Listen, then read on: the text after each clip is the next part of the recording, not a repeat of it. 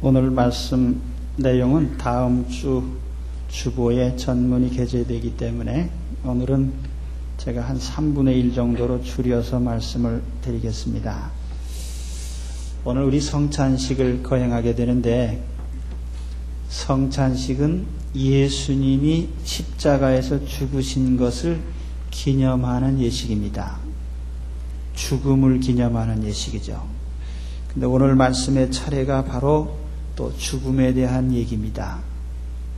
그렇지만 우리가 죽음을 얘기하는 것은 죽음으로 끝난다든지 죽음이 비극적이라든지 이런 것을 얘기하려고 하는 것이 아니라, 우리는 죽음을 이긴다는 점, 또 우리는 생명으로 살아난다는 점, 우리는 죽음의 사람이 아니라 생명의 사람이라는 점을 말씀을 드리려고 하는 것입니다.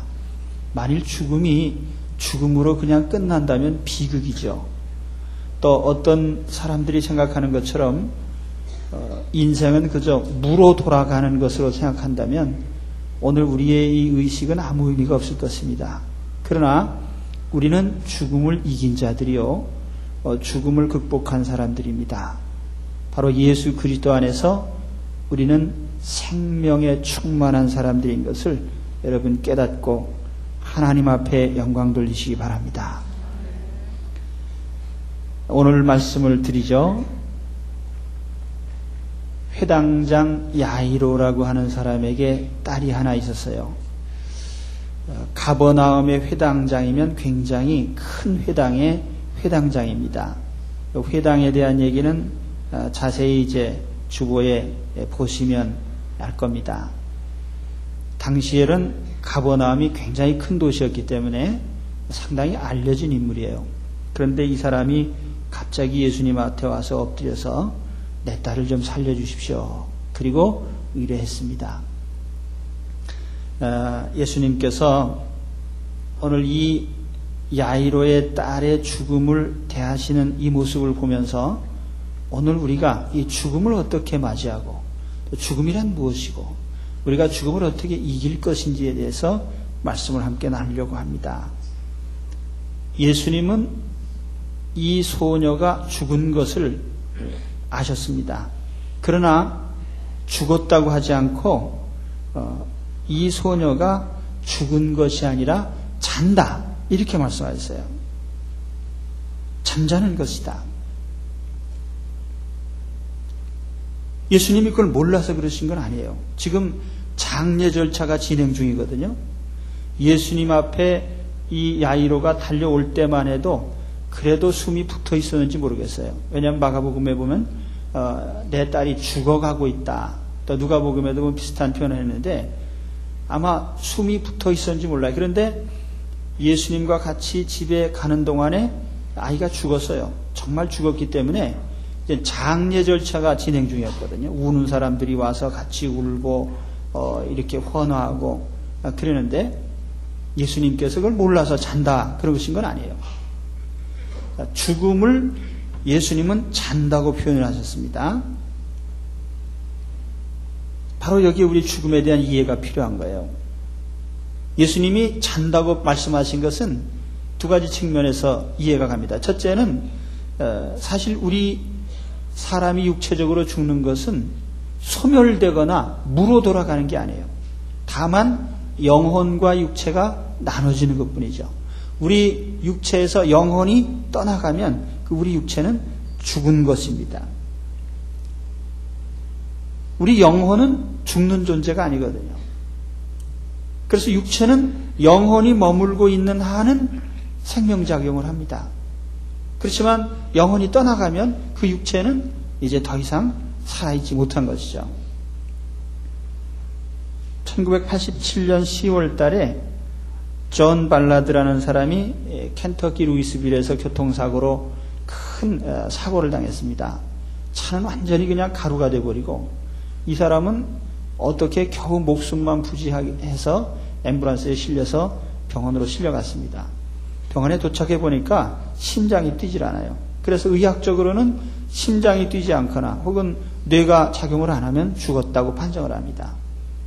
그래서 의사들이 사망했다고 확인한 후에 명찰을 붙여서 이제 안치실에다 갖다 집어넣으려고 운반을 하고 있었는데, 목사님과 그 어머니가 간절히 기도하면서 의사들한테 부탁을 했습니다.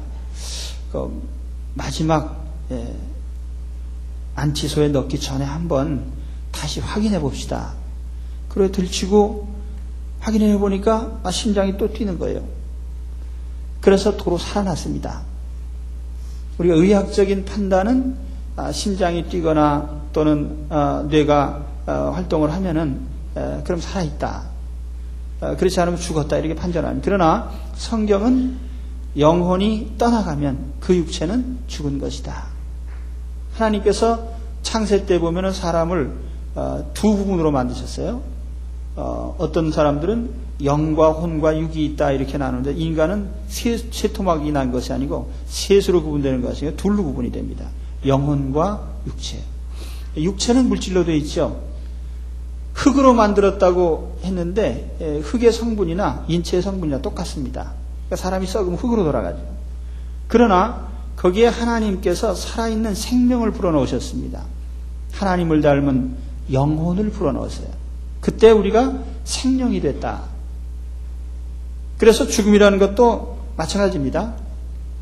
우리 몸에서 영혼이 떠나가면 죽은 것이고, 또 영혼이 머물고 있으면 살아있는 거죠. 그 육체는 영혼의 집입니다. 그렇기 때문에 인간이 동물처럼 살면 안 되는 이유가, 인간은 육체적 존재가 아니라 영적인 존재예요. 그러므로 우리가 이 육체적인 죽음 앞에서 과도히 슬퍼하지 말아야 될 것은, 누구나 다 육체와 영혼이 나뉘는 이 경험을 할 수밖에 없습니다. 그리고 이것은 소멸되거나 없어지는 것이 아니에요. 그러니까 예수님께서 죽은 것이 아니라 잔다라고 표현한 것이 잘못된 거 아니죠. 또 한 가지는, 실제로 예수님에게는 이 육체적으로 죽은 사람을 살려내시는 것이 잠자는 사람 깨우는 것만큼 쉬운 일이기 때문에 사실은 죽은 것이나 자는 것이나 다 거기서 거기입니다. 저는 저녁에 잠자리에 들었다가 아침에 일어나면 그런 생각이에요. 내가 밤새 죽었다가 살아났구나. 여러분 어떻게 생각하십니까? 우리가 잘 때는요, 의식이 없어요. 우리가 죽었다고 하는 게 뭐겠습니까? 활동하지 않고, 그렇죠? 우리 육체적으로 볼 때, 자는 게 죽은 거지 뭐예요. 우리는 매일같이 죽음을 체험하는 거예요. 이 잠을 통해서. 아침에 일어나면 하나님 살려주셔서 감사합니다. 아침에 여러분 매일 그렇게 기도하십시오. 하나님 아침에 살려주셔서 감사합니다. 오늘 아침에도 부활의 체험을 주셔서 감사합니다. 그렇죠? 예.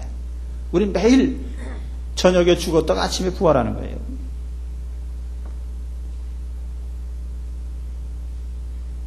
예수님께서 이 소녀에게 손을 붙잡고 달리다금 이렇게 말씀하셨는데, 소녀야 일어나라.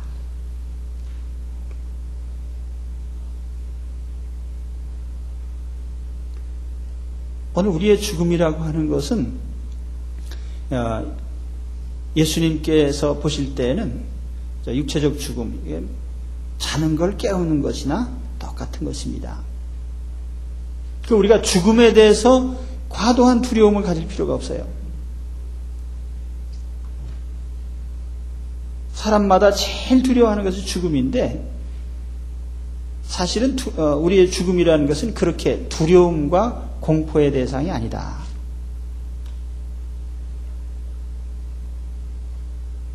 오늘 예수님께서 말씀 한마디로 깨우셨죠. 여러분 성경에 보면은 예수님이 죽은 자를 살리시는 장면이 3번 나와요. 첫 번째는 오늘 여기 나오는 이 야이로의 딸을 살리신 것이고, 또 하나는 나인성 과부의 아들을 살리신 장면이고, 세 번째는 나사로를 살리신 장면이 나옵니다.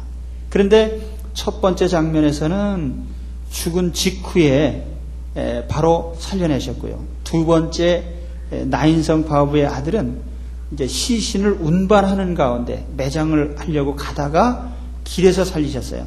세 번째 나사로는 무덤 속에 장사된 지 사흘 만에 썩은 냄새가 날 때 살리셨습니다. 그 예수님에게 있어서 죽은 직후든지 혹은 죽은 지 여러 날 지나서 부패한 시신이든지 아니면 이미 다 흙으로 돌아간 육체든지 마찬가지입니다. 주님은 말씀 한마디로 살리셨어요.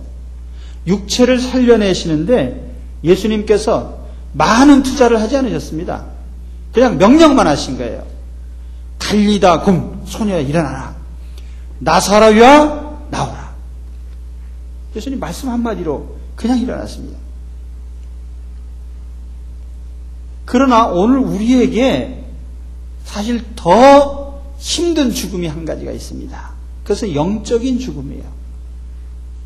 육체적으로 죽은 것은 주님 말씀 한마디로 살리셨지만은 우리가 영적으로 죽은 것 때문에 오늘 우리가 성찬식을 합니다. 예수님께서 십자가에서 피를 쏟으시고 살이 찢기시고 죽으시는 극심한 고통을 당하셨습니다.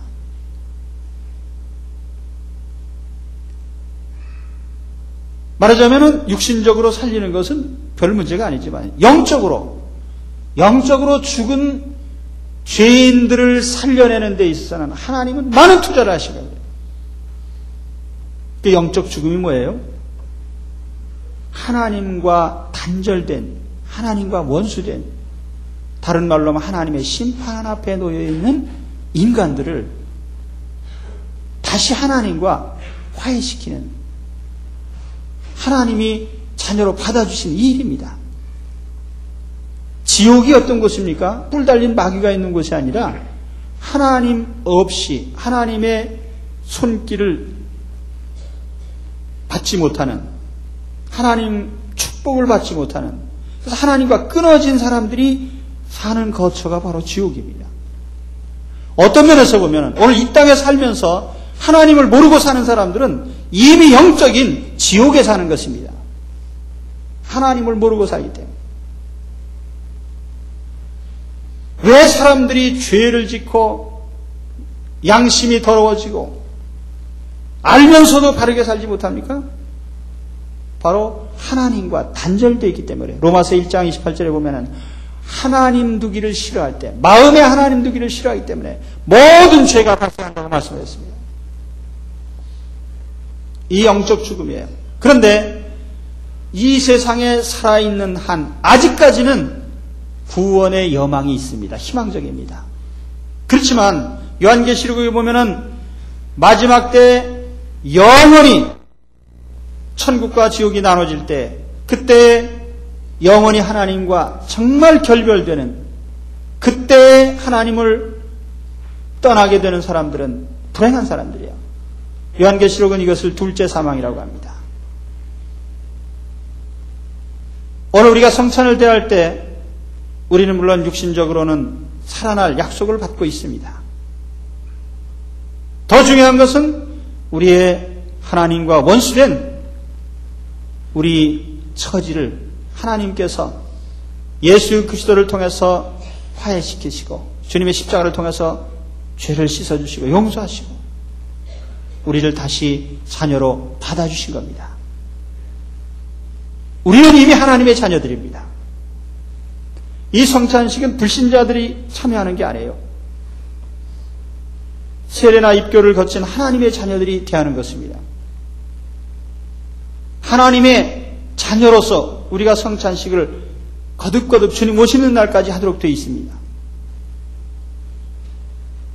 왜 우리가 새롭게 거듭나기 위한 것입니까? 아닙니다. 우리는 거듭난 사람들이에요. 우리가 주님의 생명에 참여해 있다는 것을 성찬을 통해서 우리는 날마다 확인하는 겁니다. 오늘 우리는 성찬을 대할 때에 떡과 잔을 받게 되어 있습니다. 그러나 이 떡과 잔이 우리의 죄를 깨끗하게 하는 건 아니에요. 실질적으로는 성령께서 우리 마음에 오셔서 우리 마음의 모든 죄를 다 씻어주시고, 자, 우리 육체가 세척이 되는 것이 아니라 영혼이 바로 깨끗해지는 은혜를 받는 것입니다. 오늘 우리 성찬에 참여하신 여러분, 우리는 예수님의 죽음을 통해서 우리의 죽음을 이긴 은혜를 받았습니다. 자, 우리 누구나 다 우리 죽음을 두려워하지만 예수님의 십자가를 믿는 한 우리는 죽음을 두려워하지 않습니다. 우리는 육체적으로 부활을 내다보고 부활할 사람들이고 영적으로는 이미 하나님의 품 안에서 하나님과 함께하는 사람들입니다.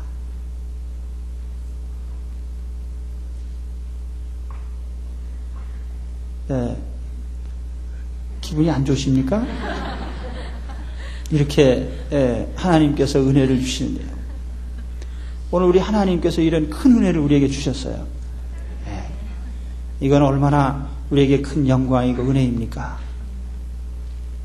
우리의 씻을 수 없는 죄를 주님의 십자가에 흘리신 피로, 주님의 찢기신 몸으로 대신하셔서 오늘 우리가 깨끗함을 입게 된 이 은혜를 다 체험하시기를 축원합니다.